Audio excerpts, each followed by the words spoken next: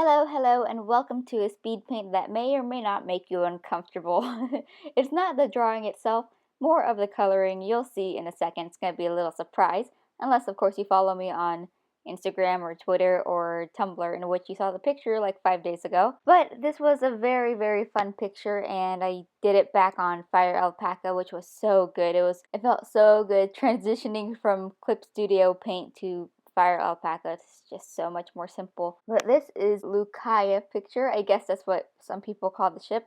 It's just Papaya and Luca, of course. So Lucaya, I guess, is their ship name. I like it. It's good. So what to talk about?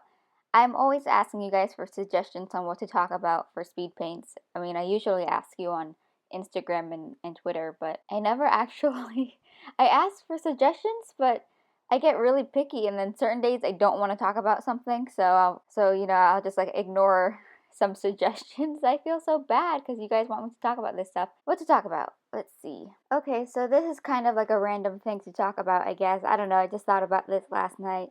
I remember a couple of years ago, I went to Six Flags with my older cousin. I adore her.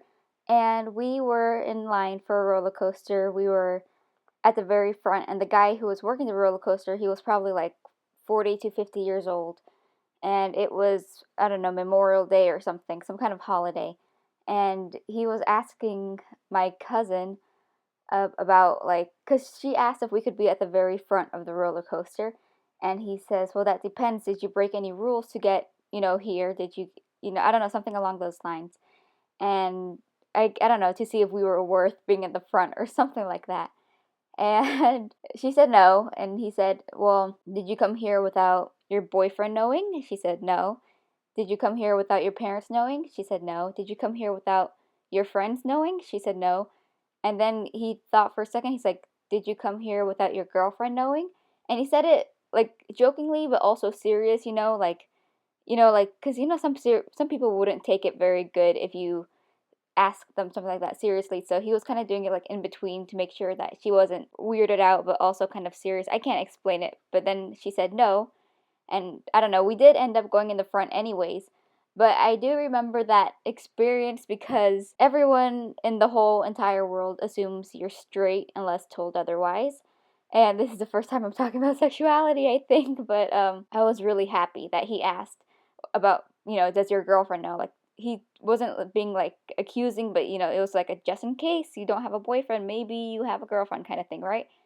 And I was telling her, I was like, oh my gosh, like he asked you if you had a girlfriend in like in a serious way that, that's really cool of him. And she was like, what? No, he didn't. And I was like, well, yeah, he asked, he said, does your boyfriend know? You said no. And then he asked if your girlfriend knew. And she was like, no, I think he just means like as friends, like platonic friends that are girls. And I was like, but he already mentioned friends. He said he kept boyfriend, girlfriend, and friends all like separate categories, so he probably meant like a girlfriend, like a romantic girlfriend, and she kept denying it, saying, like that he most likely did not mean that. And I remember just being kind of upset, like not super upset. I wasn't like gonna cry or anything, but it just felt bad because I was just so happy that somebody actually went through the effort of kind of including the possibility that she's not straight. I mean, she's straight, but but yeah, and I was kind of upset because a lot of people don't do that. No, I'm a cashier. I have to deal with people like hundred. I don't know how many hundreds of customers, but I do get at least 200 customers a day if it's a good day. And I'll get asked, do you have a boyfriend? Do you have a husband? Do you have kids? All these like really like straight questions. I don't think I've ever been asked like in real life if I had a girlfriend. Which kind of sucks because I don't know, it's just something that I kind of hope that people would ask me when I said no, I don't have a boyfriend, but nobody really asks at all. Not even my coworkers, But yeah, that's just one thing I wanted to talk about, I guess. It's really dumb, and I know it doesn't really matter to a lot of you guys, but that's just a random story, I guess I've always wanted to tell but never had the chance, I guess. Anyways, let's change the subject because I it's really hard for me to be open about this kind of stuff on YouTube and Instagram because I know for Instagram I have family members who follow me there, so I never talk about sexuality stuff there. And YouTube, I mean, I'm talking about YouTube on Instagram all the time, so I don't know, they might they might look me up or something. Oh, is my voice weird? Oh, goodness. I usually save all my sexuality stuff for Tumblr anyways. That's why a majority of people follow me there. I haven't posted anything about that yet, though. Oh, geez, it's been so long. I have no time to post comics anymore. I feel so bad. I used to just draw comics all the time, and now I'm just on YouTube, and that's I finally surpassed my Tumblr followers on YouTube, though. I have more YouTube subscribers than Tumblr followers now, so that's cool. Also, I just realized that it's almost October, which is super cool considering that it's going to be Inktober. That's what I usually follow. I know there's another like October challenge in which you design like a monster every day or something like that, or like have a monster persona. So I don't know if or no, there's also a Goretober, which is you draw gore every day.